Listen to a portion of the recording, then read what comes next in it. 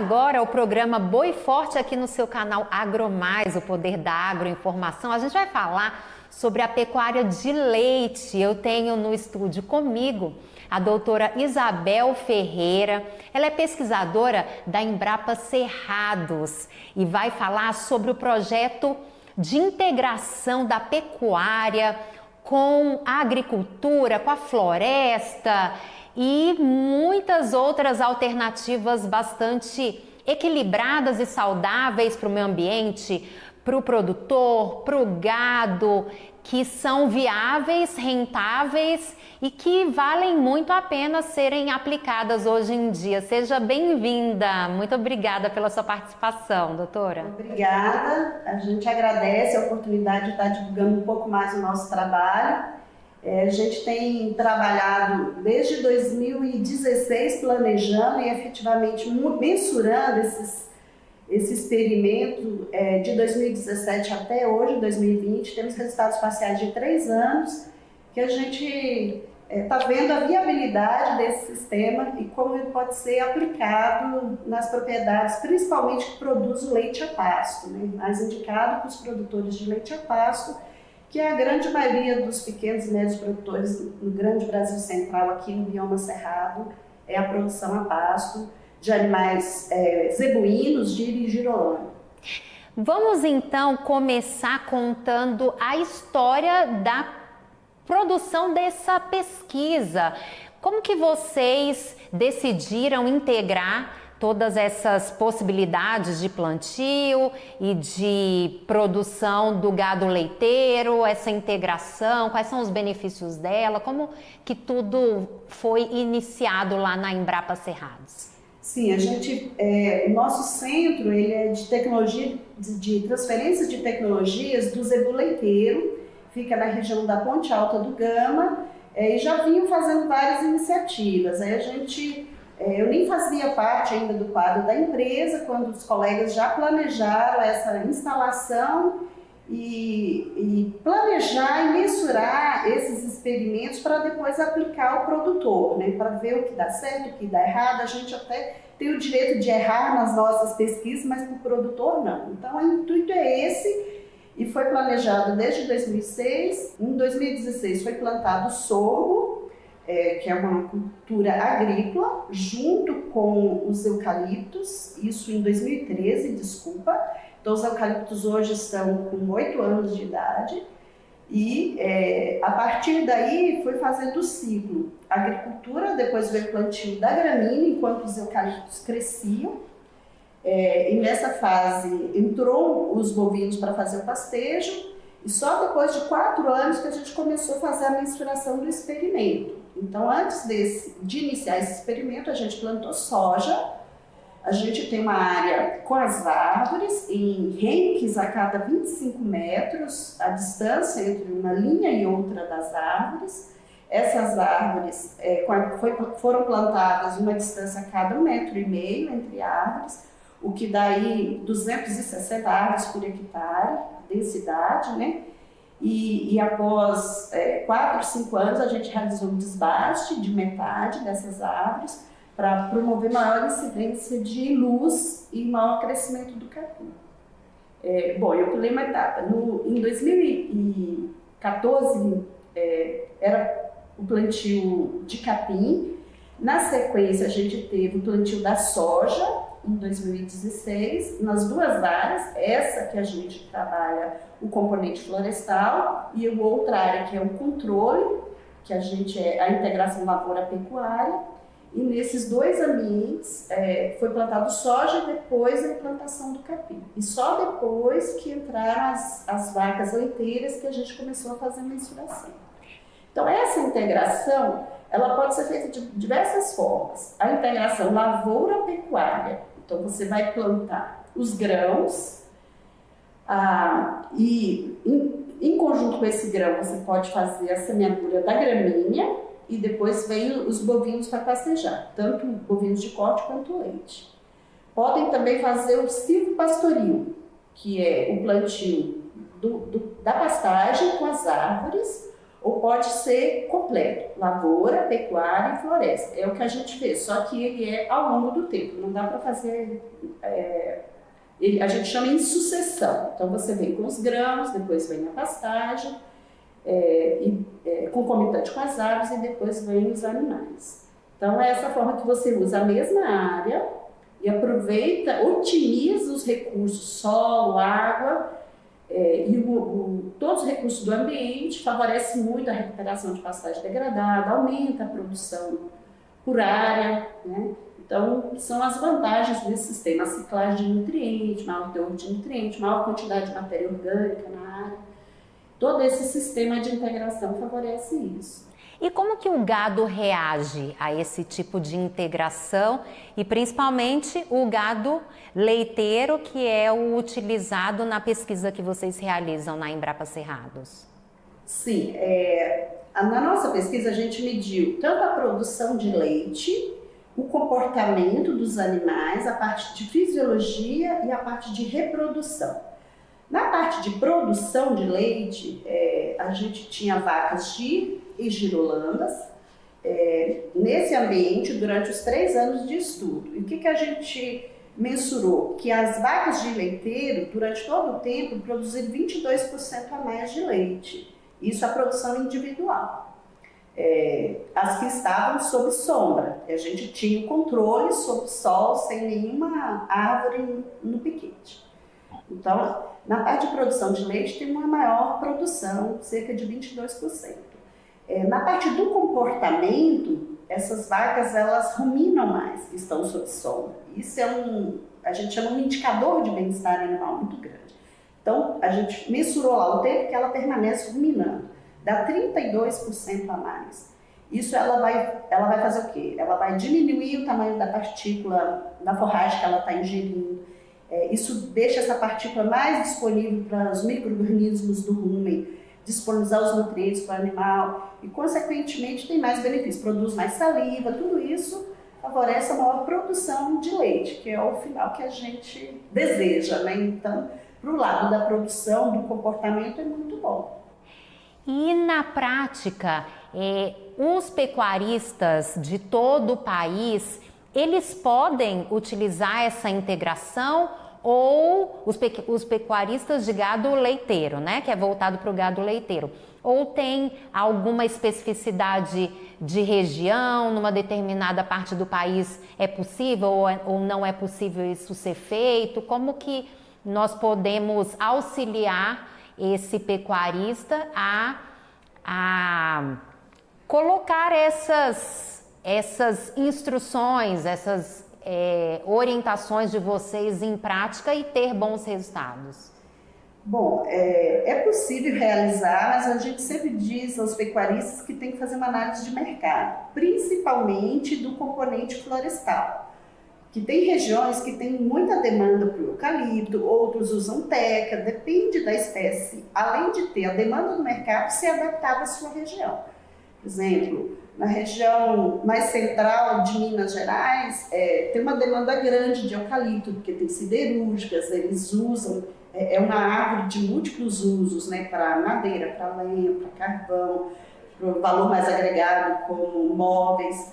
Então, depende da região que você está. E essa espécie é adaptada. Na região do sul ou do nordeste, o pessoal usa mais com frutas, depende do mercado consumidor. Então, é importante fazer um estudo do mercado, da região que você está, para ver o que é a demanda, para ele entender qual componente ele vai colocar na propriedade.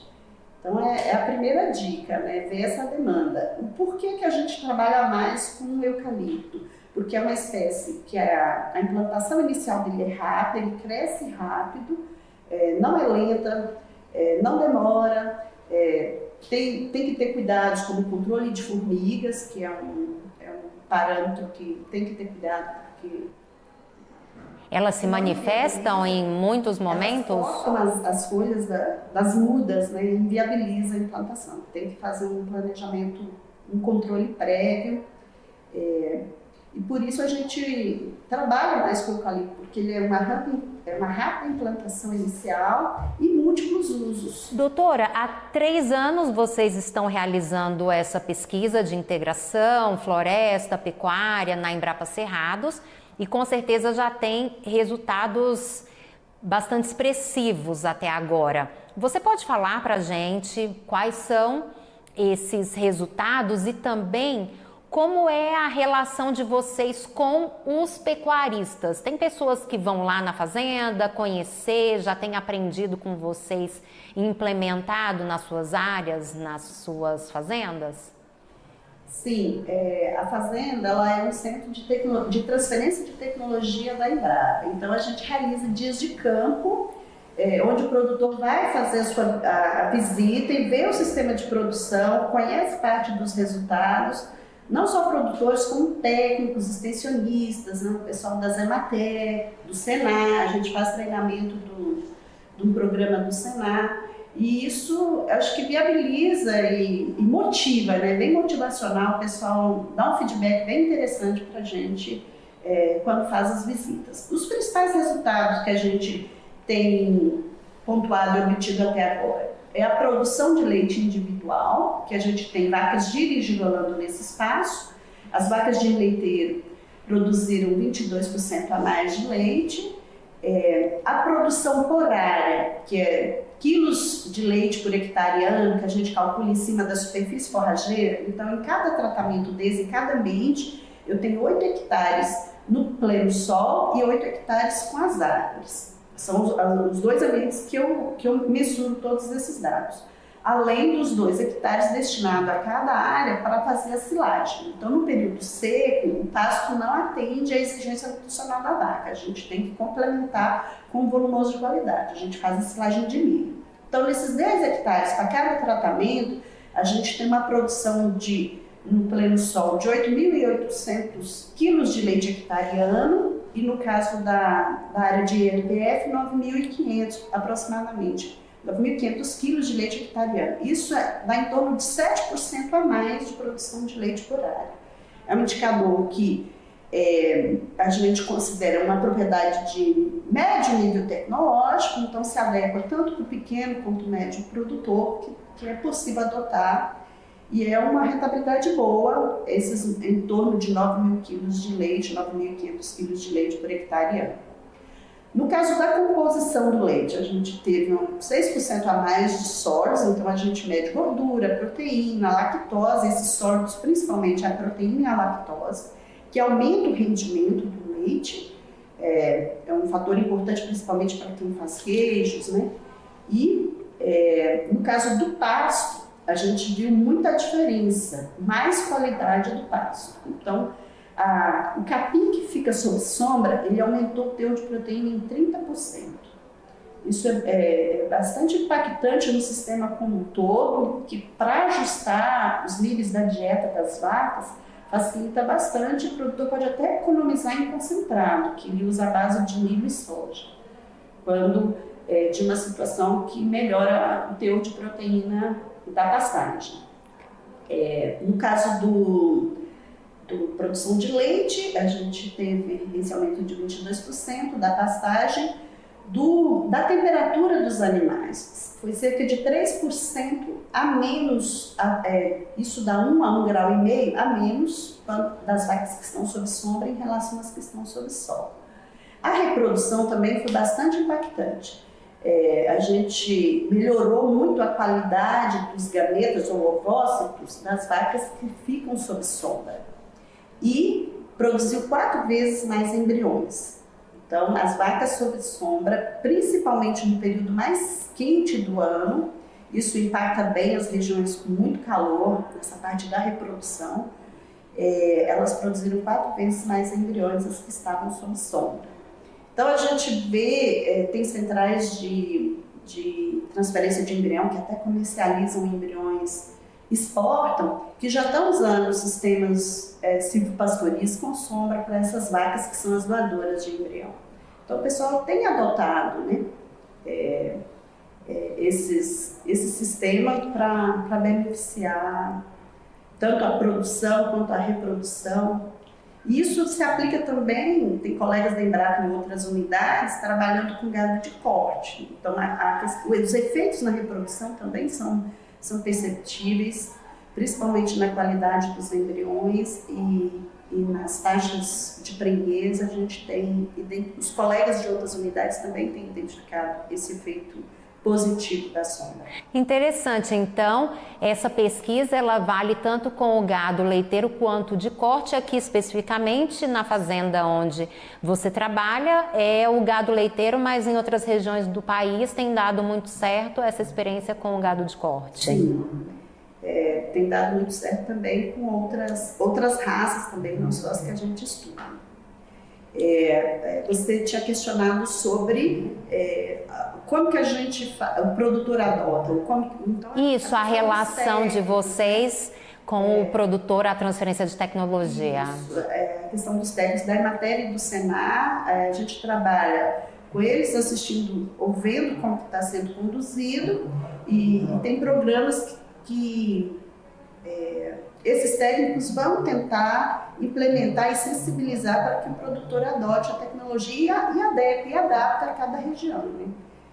Não necessariamente naquele formato, naquela configuração de árvores que a gente tem respaldo. Às vezes o técnico nos procura e fala: olha, aqui a gente está trabalhando com área sombreada só para pastejo diurno, não usa à noite. Então, em cada região ele vai se adequando, vai se adaptando, principalmente às espécies, tanto forrageiras quanto arbóreas, que vai usando em cada região. E como tem sido a reação desses pecuaristas? Eles recebem bem essa proposta de vocês? Existe alguma resistência?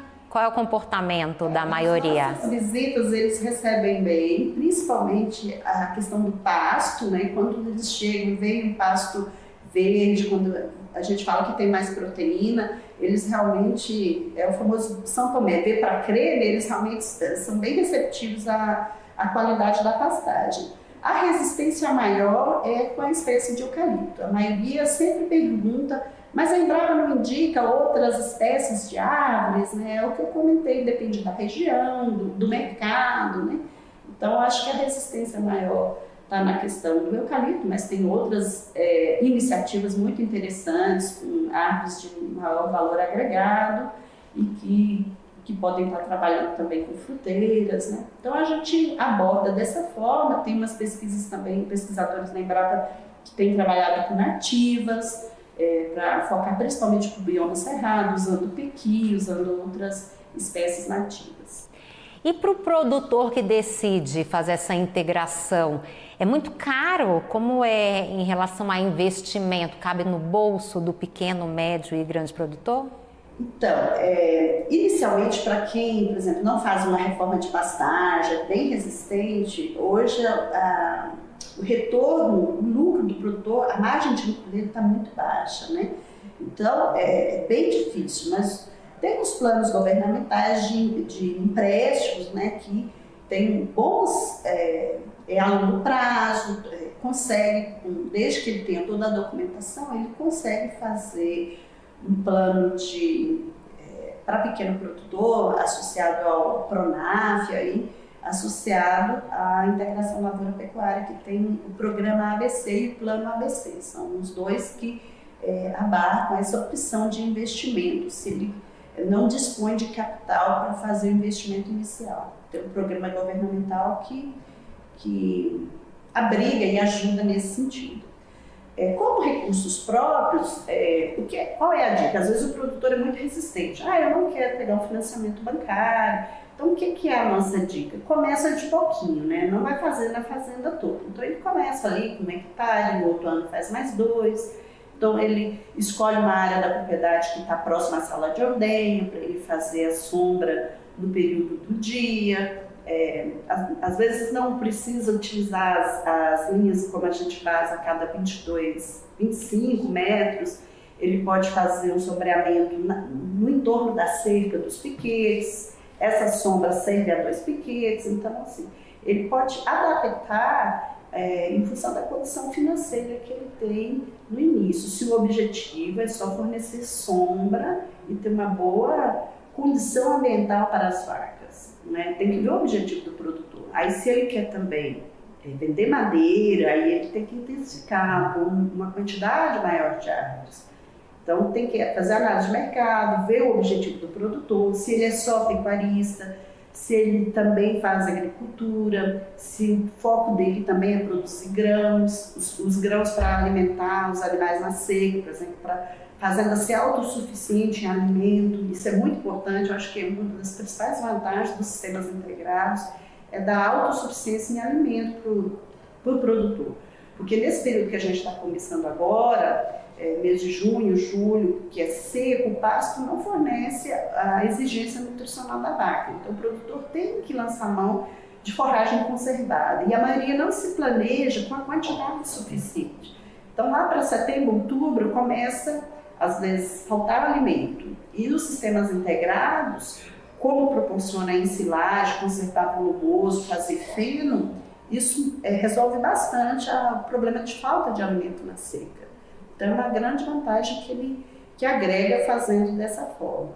E vocês costumam dar esse tipo de consultoria também para o produtor que visita a fazenda da Embrapa? Sim, a nossa fazenda lá, a gente faz a silagem que os animais consomem e produz o grão também que os animais consomem. Então ela tem que rodar autossuficiente, né? É o nosso dever de casa que a gente tem que mostrar isso. Então nesses dias de campo, geralmente a gente coloca várias estações onde o produtor vai em cada local, vendo as espécies forrageiras da Embrapa, vendo a parte da integração só com a lavoura e a pecuária, onde é produzido milho, onde é feita a silagem. Então o produtor vê e consegue enxergar como funciona uma propriedade mesmo. E pensar já na adaptação para a sua própria propriedade, né? Já que deu certo ali nas pesquisas da Embrapa, que é uma autoridade no assunto, tem todas as chances de dar certo na fazenda dele, se bem orientado e bem acompanhado por vocês. Também tem a questão da reutilização da área para plantar, depois para criar o gado e depois colocar a área florestada no mesmo espaço, sem a necessidade de desmatar mais o meio ambiente, abrir novas áreas de cultivo. E isso é uma vantagem para o meio ambiente, é uma preservação. Isso, é uma forma de preservar, né? O que a gente chama de intensificação sustentável, né? A gente produzir mais no mesmo espaço e produzir o que o produtor precisa. Ele precisa da madeira, ali a gente vai agregar madeira, ele precisa do grão e precisa da forragem e do animal, seja leite ou seja carne, né? Então, é uma forma de respeitar o meio ambiente com a questão dos sistemas integrados.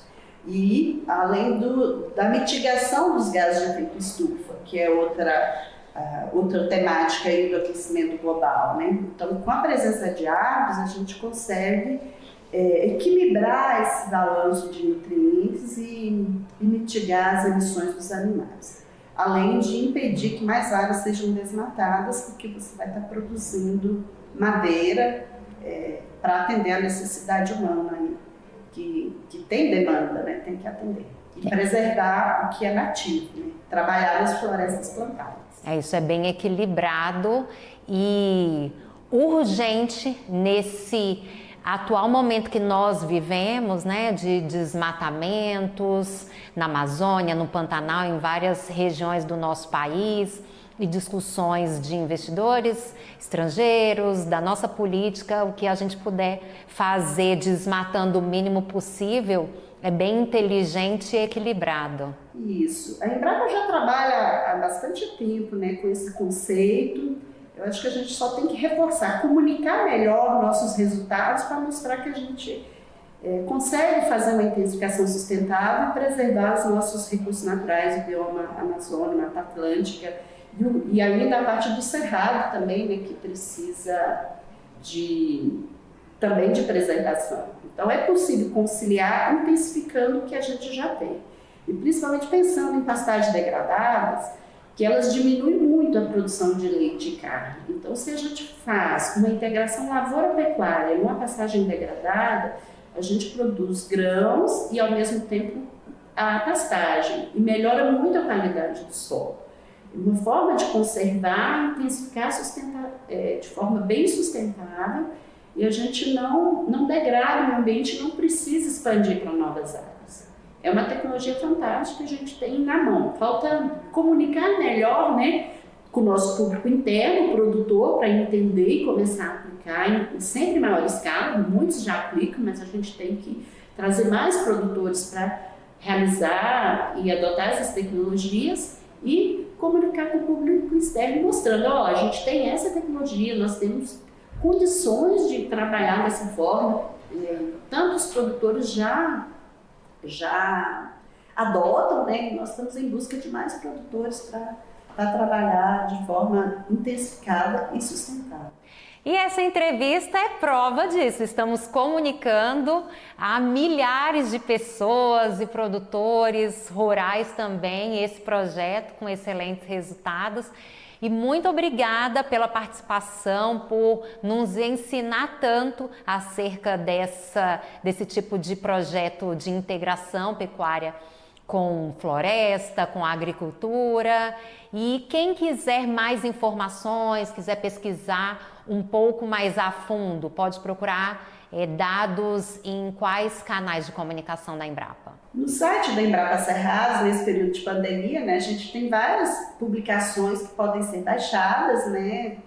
Se entrar com a palavra-chave Integração Lavoura, Pecuária e Floresta, a gente consegue obter várias informações e publicações. O produtor pode acessar no site da Embrapa Cerrados. E após a finalização da pandemia, a gente convida quem tiver condição de visitar, agendar no site da Embrapa e fazer uma visita em loco no nosso campo experimental.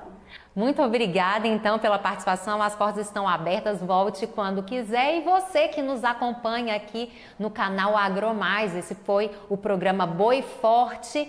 E continue com a gente no AgroMais, o poder da agroinformação.